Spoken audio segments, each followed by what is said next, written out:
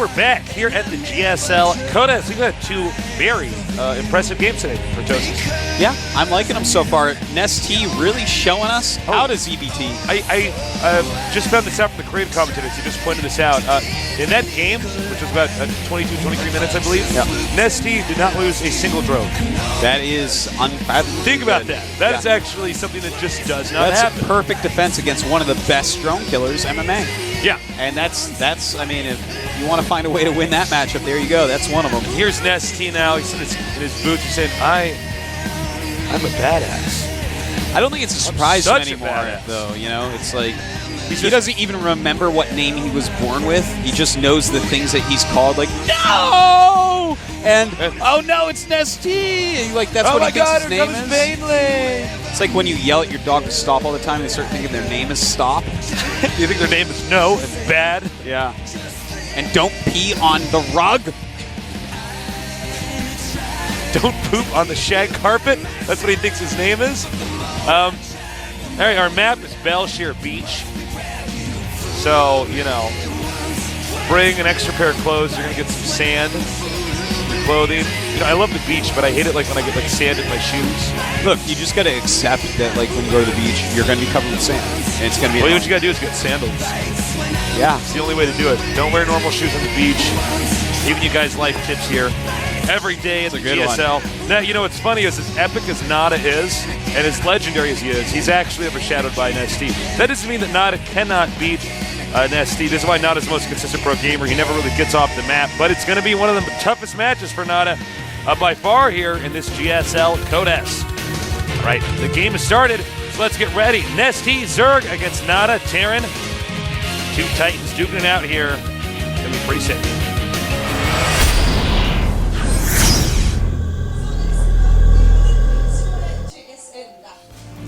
All right.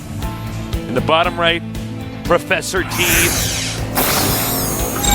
I am nasty. Ah!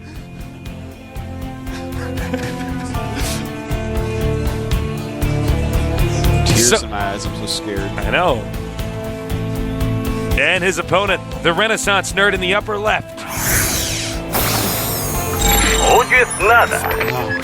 Oh, feels safe. That guy's actually got a pretty smooth voice. He does. You know, I've done voice acting for a while off and on. Voice acting is so hard. It is so people actually difficult. don't appreciate that. Like when you hear like the guy's voice in the commercial, you hear the voice doing this. You know how many times it's you like, had to say that? Yeah, you're like, well, he actually did that. Oh my god. Or like when you're trying to do the recording, they're like, can you be more excited? And you like try to be like, more excited by like 5%, but they were like looking for 4.5. Yeah. Yeah, it's hard. It's very difficult. Nada is actually about to have a proxy barrack spotted. Not. NesTea Okay. Never.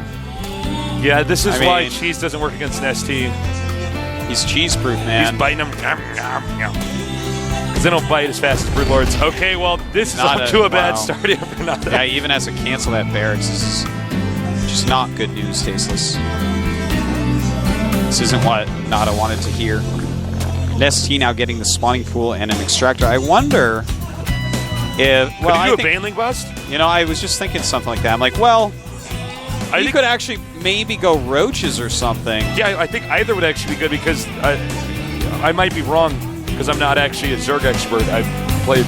Well, the timing of this is like really wonky. This is not something that you can really practice well. Like, oh, if I have them cancel this barracks at this time near my base, and I make a pool, even though I was going hatch first, so my pool's a bit late, does this timing work out perfectly on this length of a map? That's a tall order to decide. I think NesTea should actually just play it straight up. I think that's what he's going to do now that we see the expansion on the way. By the way, of course, this is a new updated version of Belshire Beach. No longer has that hill next to the choke. Instead, it has those fake blue minerals down at the beach. That's actually... Oh, I didn't even see those. It's actually like lightning glass.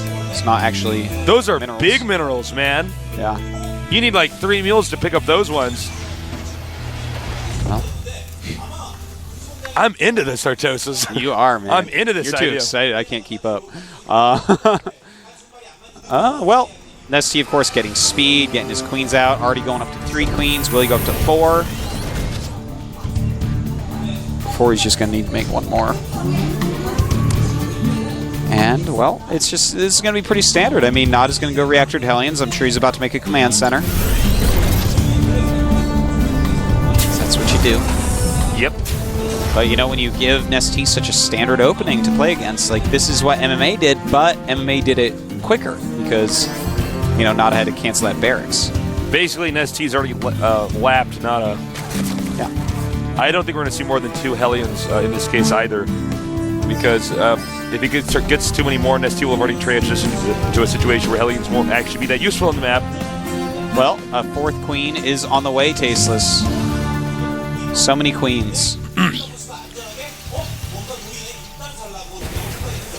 That is absolutely excellent from NesTea, though. This is a huge map. I'd love to see a little bit better creep spread this game.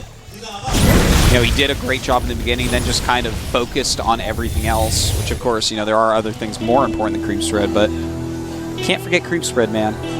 One day in the future, years from now, people will hit every tumor and every inject, and Zerg will be so frightening. Whoa, whoa, whoa. He's actually going to go for a double expand. I guess that is somewhat reasonable just because he's like so behind. Yeah, might as well take a big risk and get ahead. Well, that's what he did last game too. Is you know, he tried to rush, it didn't work, and then he double expanded. Worked for him then. But a question: would you have double expanded in the most predictable next expansion location, or would you have double expanded? You know, let's say to the upper right. Well, the cool thing about that is he does have some Hellions out, and that's going to give him map control. I mean, what is NesTea going to hit that base with? There's Hellions out to stop him. So I think it's fine that he did it right there. If you do it somewhere else, you can't really protect it as easily. Nada is going to go into a macro game here, so. And he's actually getting a very quick armory. And a very quick second factory. So he might actually be... he might go mech. He very well may go mech. I think what he wants to do is make sure that he has at least 1 or 2 Thors out right away to defend the Mutalisks, because if he's going to mech in this position, he wants to turtle. Well, NesTea actually has 2 gases, a good number of lings, still making lings, and a Baneling nest, but just starting his lair now. So we could possibly see some aggression, but I don't... It looks like, actually, no, he's not going to get aggressive. Interesting play by NesTea here. I really do hope we see mech from Nada. I'd love to see him go mech against NesTea. That could be like the most epic game ever. Epic mech. Mepic. It could be a mepic game. Mech-pick. Is that mech-pick? Mechic. No, wait, mech-pick? Mech-pick. Or mechic?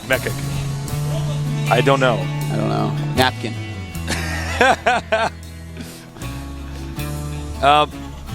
All right, well, the armory's up, and I gotta commend Nada because, you know, he is thinking on his feet here. Yeah. This is not like his plan B that he has rehearsed. This is actually like Nada actually thinking on his feet right now.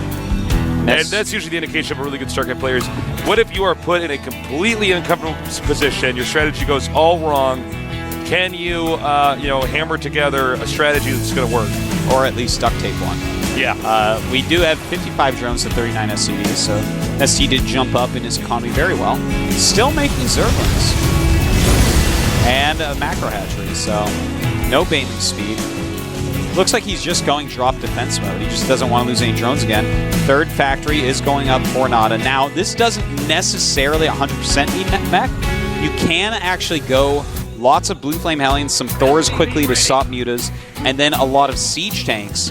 And what you do is you have so many Blue Flame Hellions out in the map harassing that it forces your opponent oftentimes into some roaches, which your siege tanks, your 2-factory siege tanks, are then going to counter heavily. If he gets another factory, it's very likely a mech build. But as of right now, this may just be a I'm getting my Marines later build. So we'll see. And he is making another factory, so it looks like it is going to be mech. Awesome. Your mech. I'm under the impression that with mech on this map, it would be another situation to be split map against split map. Just, but you know, I could be incorrect. Maybe it would be a 3-base push. Nada will probably not move out until he's almost maxed out. Oh, certainly. Yeah, I agree with that. Oh, he's going to surprise those Zerglings. Oh, they turn around before the Hellions can get there. This group of Blue Flame Hellions is just doing a great job. That 3rd base of Nada has never been in danger. Nice. Very well done there. Ooh, he should not be doing this. Oh, this is a bad idea. Or I guess it's a good idea. No, it's a bad idea. All right. Make up your mind, Tasteless. I'm sorry. It's really hard to tell if it No, I know. It's like actually insane. All comes down to the micro. Well, still harassing. Great job by Nada here. Nada showing some supreme shape in this GSL so far. Really impressed. And look at this, those Banelings lining up. He's actually giving some heavy blows here to NesTea. NesTea's got to be frustrated. He wants to be making more drones right now. But here come the Mutas. Those will chase away the blue flames for now, but as the Hellions run away to some weird corner of the map, they will come back, I'm sure, later on when the Mutas are trying to harass. But Nada is just, he's looking so good, man. What the hell? Actually, they're pretty even right now. Yeah, and I thought Nada was going to actually be like knocked back into the Cretaceous period. Like he was going to be so behind. Well, if he was, he would just make a T-Rex. Yeah, he Nada, it doesn't matter where you put Nada, he's good. Yeah. He'd go for Velociraptors because he's a micro player. I wonder if... well... Because they can open doors. Yeah, man. Were you the one that said, like... If you're in Jurassic Park and the Velociraptors are coming, you just hold the door handle and be like, oh, what are you going to do now, man? I know. He's like, ah! They get so frustrated. He's looking at you through the glass. And actually, Nada right now, I have to point out, Taste, I'm sorry. That's no, go ahead. Actually so funny, but he's doing the Karn build. Oh, Karn build coming. Where's Thor Hellion? Where's Karn? Karn better be watching. I know, man. This is... for those of you who don't know what we're talking about, a French player named Karn, pro gamer out here, he's been out here a long time. This is like, he goes Thor Hellion against Zerg always. And a lot of times Zergs don't really expect it, so the Hellions basically burn down all the Zerglings, and suddenly the Mutalisks are just shot down by the Thor. And if Zerg isn't prepared, it's pretty bad. Yeah. I mean, there's ways to defeat every type of dinosaur, though, Tasteless. You know, whether it's holding the door for the Velociraptor and just totally frustrating him. You could get one of those Gallagher ponchos when you're against the spitter guy. Oh, yeah. Spits at you, you have a Gallagher poncho. There's like already watermelon seeds on it. That's when he knows that he's defeated that dinosaur. He knows you're not funny, too, because it's a Gallagher poncho. He knows you have no sense of humor, so really he won in the end.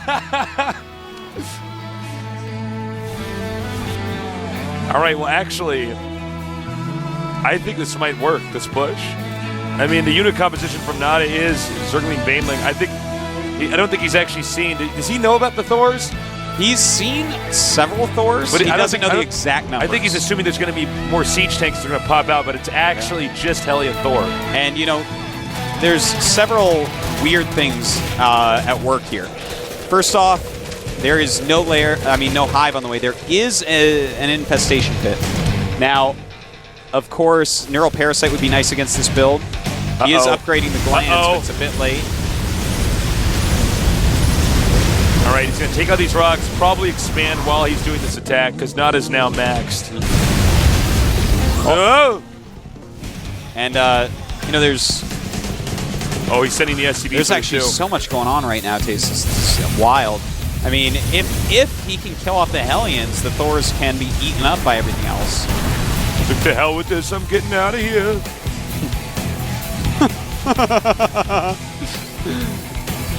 Now, I actually may be wrong, but I do believe that this composition was probably going to beat NesTea's. Yeah, no. I mean, he's going up to 60 Banes. He's got 100 drones right now. And he's got to be careful because if each of these Thors fires once at the Mutas actually disappear. And you can see NesTea scrambling. He's making a bunch of spine crawlers here. Here we... Oh, no, we don't... Oh, boy. Oh, boy. This is actually such a weird scenario, Tasteless. There's even SCVs in there on auto repair. That is so many Banelings. Oh, my God. He's even making more than this, Tasteless. A ton of Banelings still on the way. This might be our Baneling record here at GSL. Here we go! And that is so many Banelings just rolling in here, trying to kill Thors with Banelings. NesTea, you are a psychopath, NesTea. I can't believe what I just saw. NesTea has just erased a quadrillion Thors with 5 quadrillion Banelings. Oh my God. I've never seen so many Thors get destroyed so quickly. He just went mass Baneling against mech. Okay, wait a minute. Hold the phone. What's going on? This is actually insane. I was actually expecting that for maybe some of the army to be chosen off and maybe NesTea would come back. Cut it out, NesTea. That's enough. Stop being so good. You're ruining esports. NesTea is ruining esports. And MVP were like, hey, I have an idea. And MVP's like, what? He's like, let's win all the championships and make everyone quit StarCraft 2. They're holding Blizzard ransom. Blizzard has to pay them to stop winning so people will play. I know. Seriously. Wow. Well, we have the Spire on the way. Now, Greater Spire, he's going to make Broodlords, which are actually really good against Thors. It's going to be a hard situation for Anata.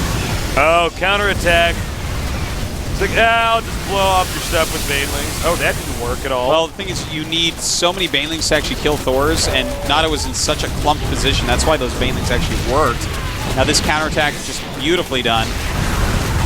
It's going to take Nata a long time to get in there and actually remove it. And Nata is having just a hard time with the 4th base, man. Just that creep spread itself has made such a difference this game.